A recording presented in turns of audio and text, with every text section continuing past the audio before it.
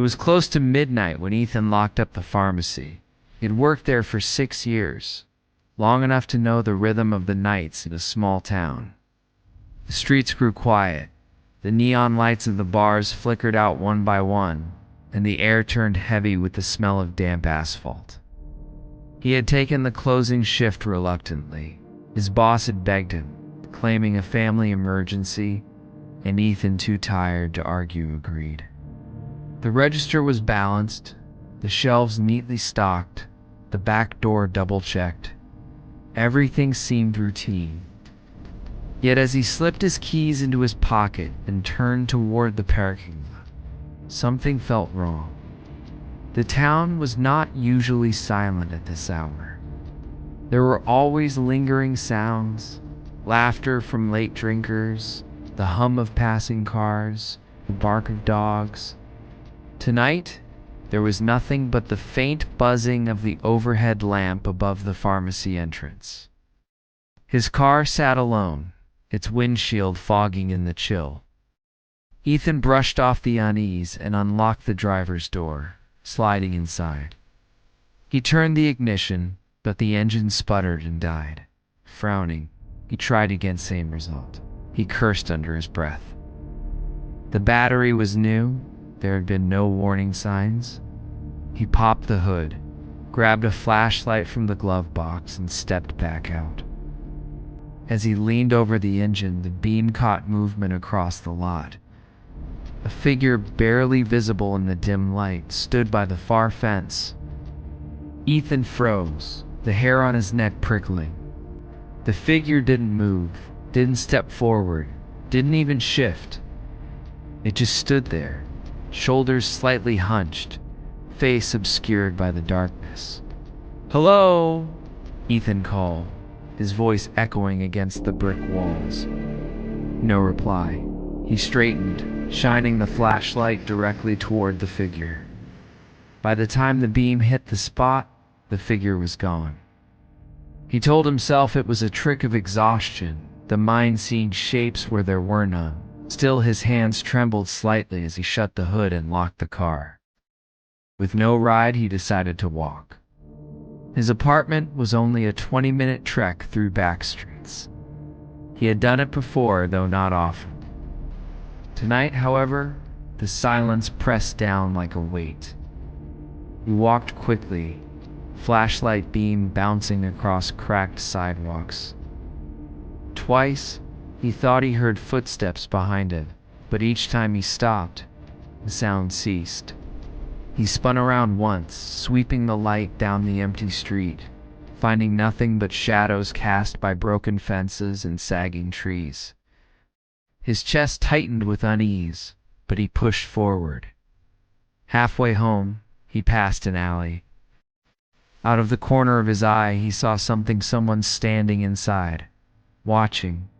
Ethan turned his light toward it, but again the alley was empty. He hurried on now, fully aware that he was not alone, no matter what the light revealed. At last he reached his apartment building, an old brick structure with peeling paint. He climbed the stairs, keys shaking in his hand, and rushed into his unit, locking the door behind him. He leaned against the door, exhaling a shaky breath. Safe. Finally safe. He tossed his jacket on the couch and made for the kitchen. He poured a glass of water, his hand still trembling slightly, and stared at his reflection in the window. But there, behind his reflection, was movement. A figure stood in the corner of his living room, tall, still watching. The glass slipped from Ethan's hand and shattered on the floor. He spun, flashlight raised, but the corner was empty. The silence of the room was suffocating. He whispered to himself, convincing himself it was stress, exhaustion, nerves playing tricks. He dragged himself into his bedroom, stripped down, and collapsed on the bed without even pulling the blanket over. Sleep, he told himself. Ow! Sleep would erase this. But the dream was worse. In it, He was still walking home, still hearing the footsteps, still seeing the figure ahead of him, behind him, beside him. He woke, drenched in sweat, heart racing, but it was dawn, and the light outside his window gave him comfort. The day passed without incident. Work was normal, people were friendly, and the sun was warm. He convinced himself it had been nothing more than paranoia. By the time his shift ended again, he was almost embarrassed at his own fear.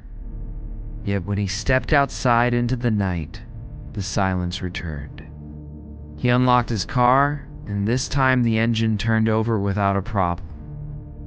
Relieved, he drove off quickly, headlights cutting through the darkness. But as he glanced into the rearview mirror, his relief curdled into dread. In the back seat, barely visible in the dim reflection, a figure sat silently, tall, still, watching.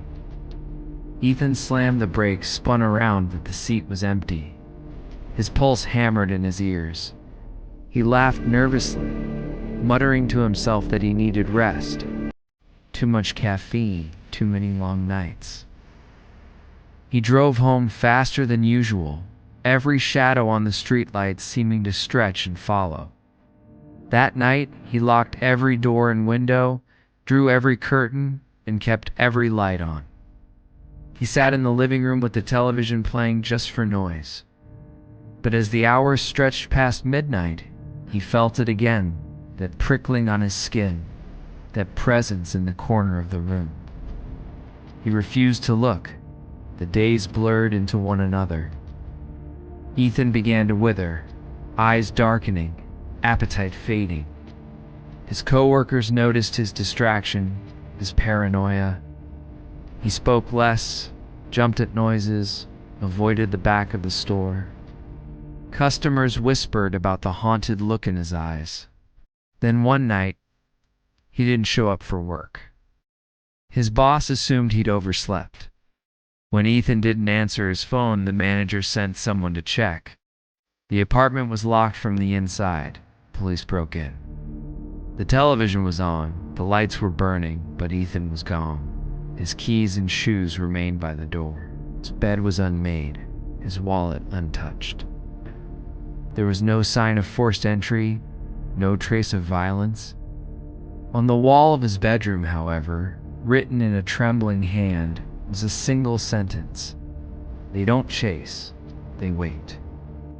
The case remained unsolved. The apartment was rented again months later. The tenants never stayed long.